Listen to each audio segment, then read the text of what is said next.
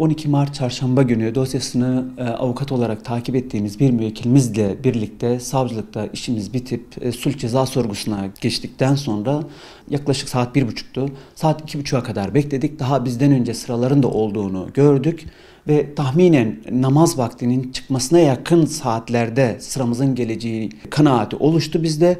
Bu sebeple de namaz vakti yaklaştığı zaman, çıkma vakti yaklaştığı zaman sıramızın gelmesi ihtimalinde namazın aksayacağını söyleyen müvekkilim namaz için izin istedi. Bunun için de yardımcı olmamı istedi kendisiyle görüşüyorken.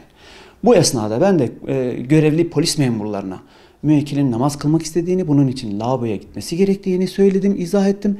Geldiği zaman da namaz kılmasına müsaade etmeleri ricasında bulundum. Görevli memur ya işte sonra kılsın ama kaza kılsın gibi şeylerde bulundu. Nerede namaz kılacak gibi itirazlarda bulundu önce.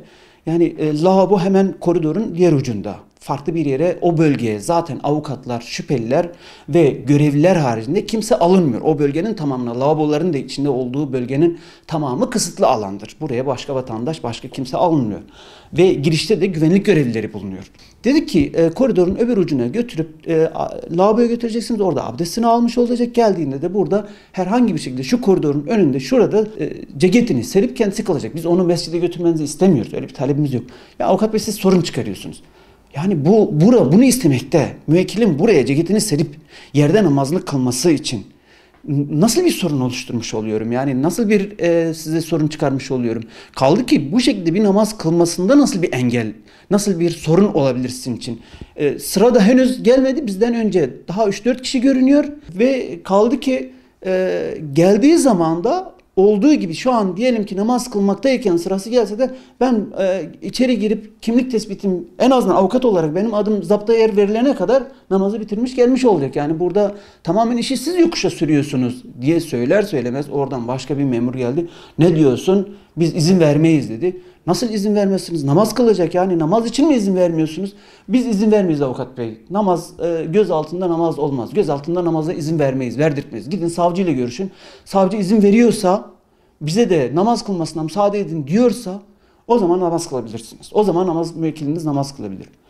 Yani şimdi dedim ben burada müvekkilimin şu koridorda ceketini serip namaz kılması için gidip savcıdan izin almam gerekir. Evet dedi onu yapmanız gerekir.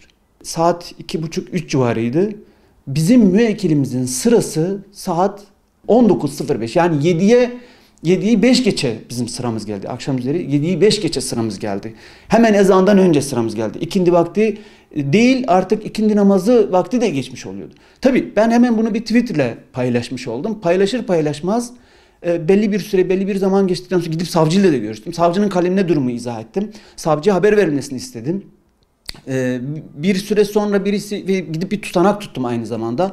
Bir meslektaşla birlikte tutanağı imza altına aldık. Hatta tutanağı okurken polis memurlarına sordum. Olayı bu şekilde tutanak altına aldım. Şehriniz varsa düşebilirsiniz. İtirazınız varsa onu da yazabilirsiniz. İstiyorsanız siz de imzalayabilirsiniz diye de teklifte bulundum. Müvekkilimle bir meslektaş orada hiç tanımadığım, görmedim. Bizim gibi başka bir dosyadaki sırasını bekleyen bir avukat da tutanağı imzalamış oldu.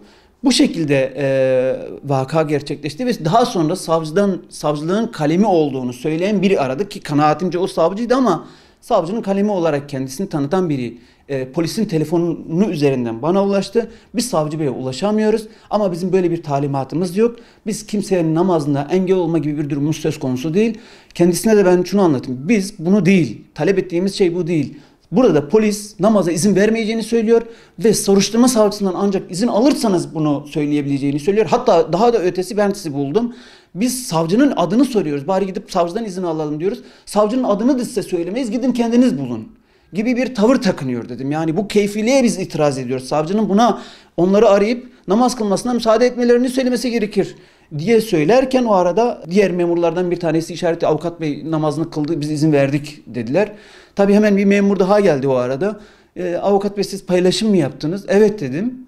Beni takip ettiklerini biliyordum tabii ki. Sözlerinden, konuşmalarımızdan zaman zaman anlaşılıyor bu.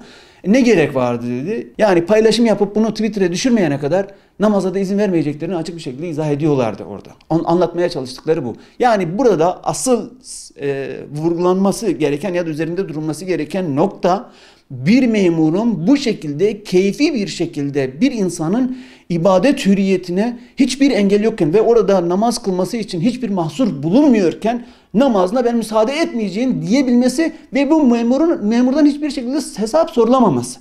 Belki sadece Twitter'da bunu paylaştığımız ve çokça bu etkileşim alması nedeniyle belki amir ya niye böyle bir şeye sebep oldun diyebilir. En fazla o da bu kadar diye düşünüyorum. Bu memur bunun için herhangi bir sorun yaşamayacak. Esas sorun bu. Yani keyfilik olabildiğince söz konusu ve bu keyfiliklere de engel olabilecek kimse yok ve memurlara olduğu kadar oldukça tolerans sağlanıyor. Bize göre sorun budur esas itibariyle.